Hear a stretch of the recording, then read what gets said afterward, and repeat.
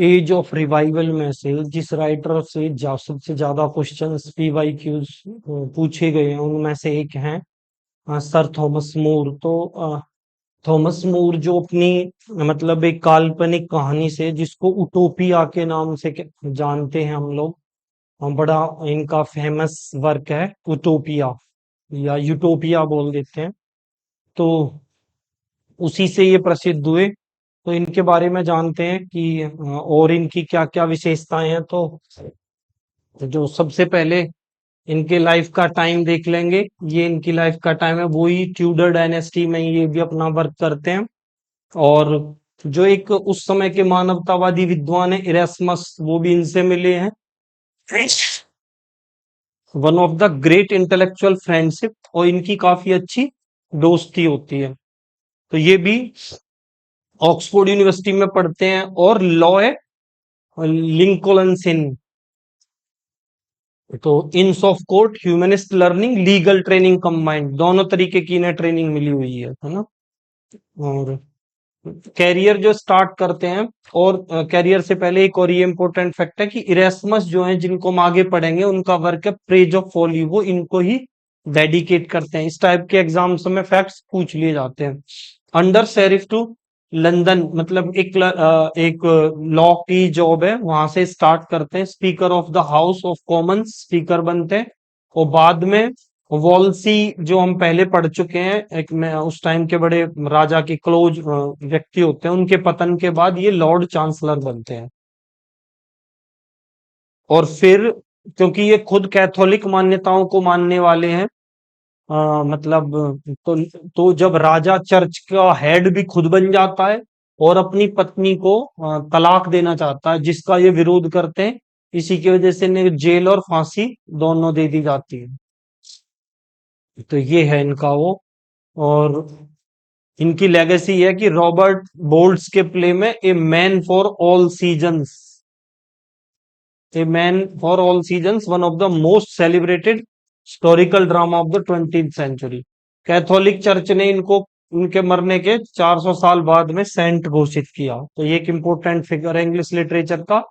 अब जानते हैं इनके वर्क के बारे में। तो जो इनका ये वर्क है उटोपिया, इसके दो अर्थ हैं। अगर ग्रीक में करते हैं तो अलग अर्थ है। तो ग्रीक में क्या बोलते हैं इसको? यूटोपोज। इसका मतलब होता है नो प्लेस, मतलब ऐसा कोई स्थान नहीं है, ये कल्पना में ही है। और अगर इसको OU की जगह EU लिख देते हैं तो इसका मतलब गुड प्लेस। तो ये इन्होंने जानबूझकर पन किया, मतलब जानबूझ करके एक उलझन पैदा, एक पहेली बनाई कि coined this word, okay, written in Latin. This is also an important fact कि ये not written in English, made accessible to all educated Europeans immediately. But first English translation of the Utopia is done by Ralph Robinson, okay. और publish हुआ ये Lowden 1516 में, Lowden में। फिर वहां से ये पेरिस और बेसेल में। Illustrated by Hans Holbein the younger with two famous woodcuts. ये एक चित्रकार हैं हैंस ओल्बियन, इनके द्वारा इस बुक में दो फेमस वुडकट बनाए गए। और सहयोग दिया इस बुक के लिखने में किसने? पीटर जाइल्स ने, जो कि एक फ्लेमिश ह्यूमनिस्ट है, मोर्स के फ्रेंड भी एंटीवर्प के। और इन्होंने क्या किया है, इसका संपादन करने में, एडिटोरियल एडिट करने में इसको मदद की। और दूसरे जो इसमें सहयोग करने वाले व्यक्ति हैं उनका नाम क्या है? इरेस्मस। ये डच ह्यूमनिस्ट है। Revised text before publication. इस बुक पे प्रभाव किसका था यूटोपिया पे? आगे हम इसको और थोड़ा डिटेल्ड पढ़ेंगे। तो वो था प्लेटो की रिपब्लिक का, क्योंकि ये एक ग्रीक विद्वान हुए बहुत बड़े प्लेटो, उन्होंने कम्युनल प्रॉपर्टी को ऐसे ऐसे सिद्धांत, आइडिया, आदर्श राज्य, ये सारे सिद्धांत अपनी बुक में दिए, वो ही इन्होंने यूटोपिया में कल्पना की। और एक ये अमेरिगो वेस्पुक्की, ये एक इटली का खोजी है, उसने अपना जो ट्रेवल अकाउंट दिया। तो न्यू वर्ल्ड है सोर्स ऑफ हिथलोडे एडवेंचर्स, ये एक व्यक्ति को उसी में से करेक्टर मान लेते हैं। और फिर आगे हम इसके बारे में पढ़ेंगे कि कैसे करके ये हिथलोडे को आधार बना करके पूरा यूटोपिया लिखते हैं। वो जैसे अमेरिको वेस्पुक्की अपने यात्राओं में जब खोज में निकल रहा होता है तो वो उसकी अपने लाइफ की जो 3 अंतिम यात्राएं हैं उनमें इसको हितलोडे मिलता है और वो फिर वहीं यूटोपिया द्वीप पे रह जाता है। तो हितलोडे को एक कल्पना में बना लिया, फिर वो उसके वृत्तांत को सुनवाते हैं उसके मुंह से। First establish the utopian literary genre, और ये फिर एक जेनरा बन गया पूरा यूटोपिया, लिटरेरी जेनरा बन गया कि एक काल्पनिक राज्य या काल्पनिक स्थान की धारणा बना करके फिर बाद में कई सारे वर्क लिखे गए जिनमें गुलिवर ट्रेवल्स, न्यू अटलांटिस और ब्रेव न्यू वर्ल्ड हक्सले का 1918 का, ऑरवेल और लॉर्ड ऑफ द राइट, ये इस तरीके से बहुत सारे वर्क जो कि हम आगे पढ़ेंगे ये सब इसमें लिख दिए गए। तो अब आगे हम देखते हैं, क्वेश्चंस काफी सारे आते हैं इससे।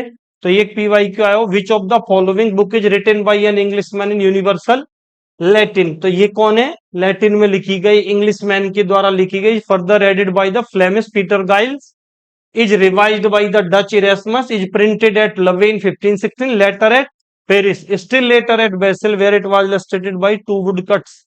तो सारा डिटेल एक ही क्वेश्चन में पूछ लिया गया। तो वो कौन है, थॉमस मोर की यूटोपिया, क्योंकि द प्रिंस जो है ना ये मकियावली, ये तो एक इटालियन राइटर है उनके द्वारा लिखी हुई है, इरेस्मस की प्रेज ऑफ फोली, और थॉमस मूर की यूटोपिया टिंडेल्स की न्यू टेस्टामेंट। तो वो कौन सी है, थॉमस मूर की utopia.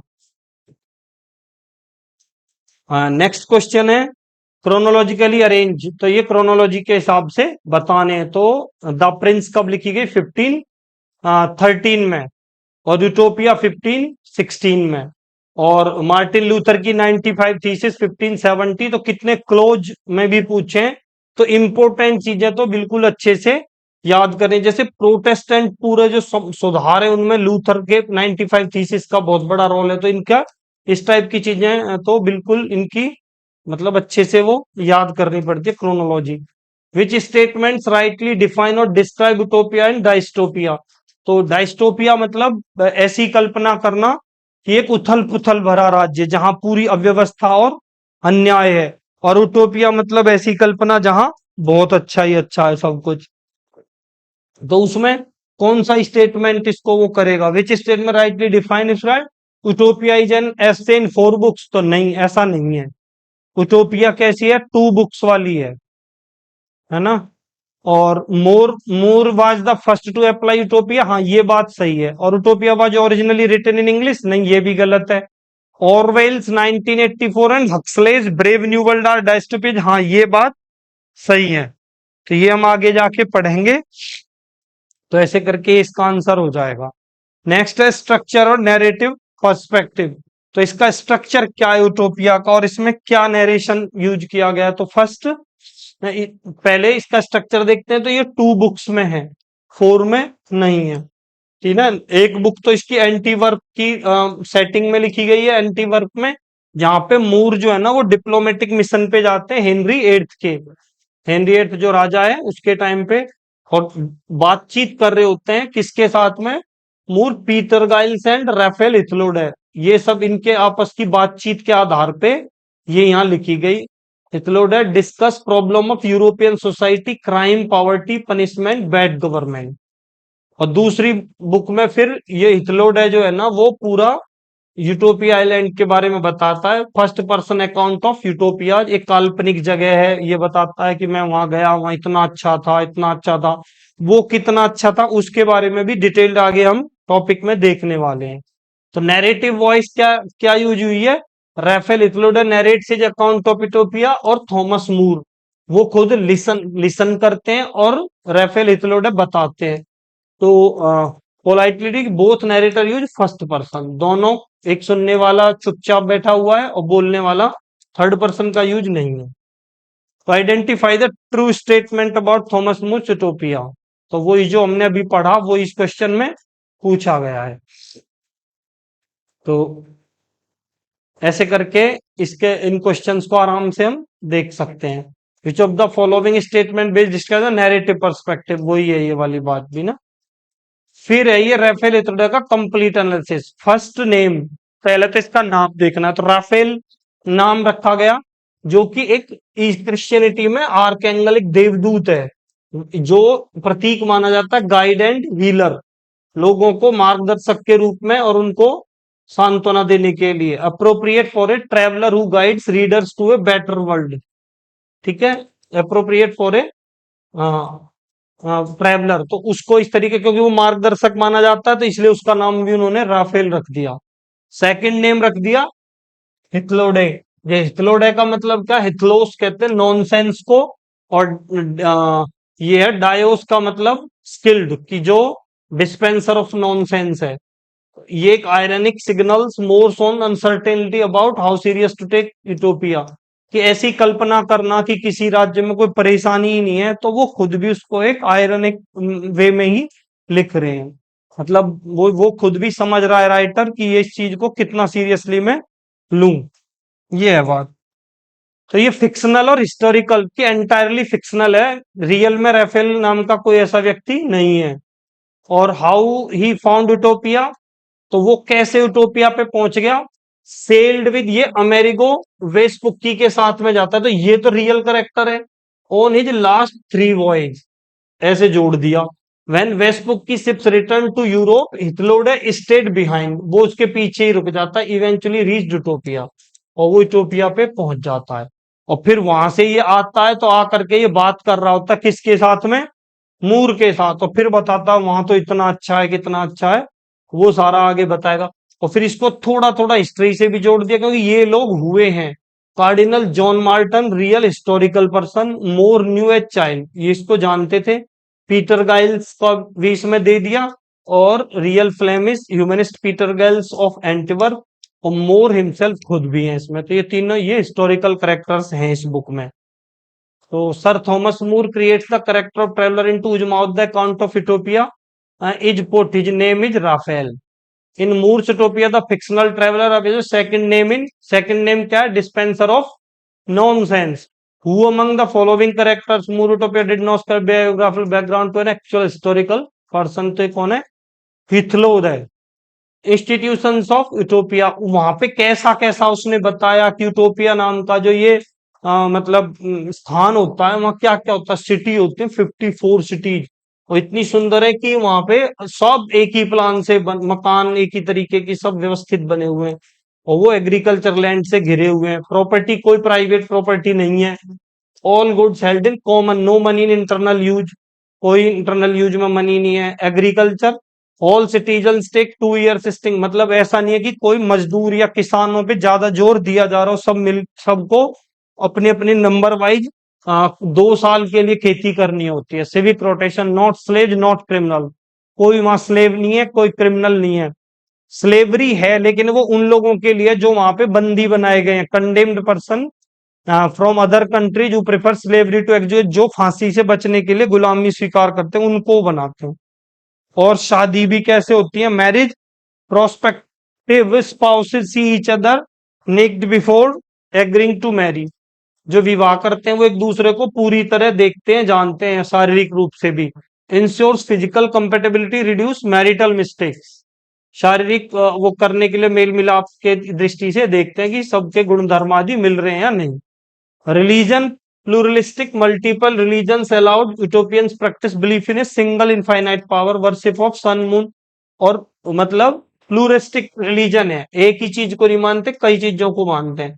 Multiple religion allowed, Utopians practice belief in, खुद तो एक सिंगल इनफाइनाइट पावर में बिलीव करते हैं, लेकिन पूजा पाठ इन चीजों की भी करते हैं। Sun moon planets, not one compulsory religion, ये है। तो ये भी क्वेश्चन आए आ जाते हैं। और पुजारी आदि कौन है, limited in number, include some women, progressive for six, औरतें भी वहां पे अधिकार है उनको। और लेजर, मतलब मजे लेने के लिए क्या करते हैं, तो वो म्यूजिक, पब्लिक लेक्चर, कन्वर्सेशन, ये सब करते हैं। और क्या नहीं करते, नॉट फेवर्ड डाइसिंग और कार्ड्स गैम्बलिंग, ये सब नहीं करते। कुल 6 घंटे ही काम करते दिन में, 3 morning 3 afternoon. In More's Utopia there are 54 cities, who does the agriculture labour in Utopia, तो वो पढ़ चुके हैं आप, इसको इजीली आंसरिंग कर सकते हैं। In More's Utopia what religion is practised by the Utopians, belief in a single and sun moon and planetary worship. ठीक है, which of the following is not true of the idealist in Thomas More Utopia, तो there is only one religion, ये बात गलत है। Guided by the principle of the benevolent supreme being, ऐसा नहीं है, वो प्लूरिस्टिक है, तो ये गलत है, ठीक है। In Thomas More's Utopia book 2 के reader is told that in this new world, जो वो उन्होंने नई दुनिया जो देखी है ना, there are few mistakes in marriage because there are few, बहुत कम संभावना होती है शादी में मिस्टेक्स की, क्योंकि वे होने वाले husband and wife see one another naked before the agreeing to the match. तो यहाँ नेक्ड का यही मतलब है कि वो एक दूसरे को अच्छे से जानते हैं।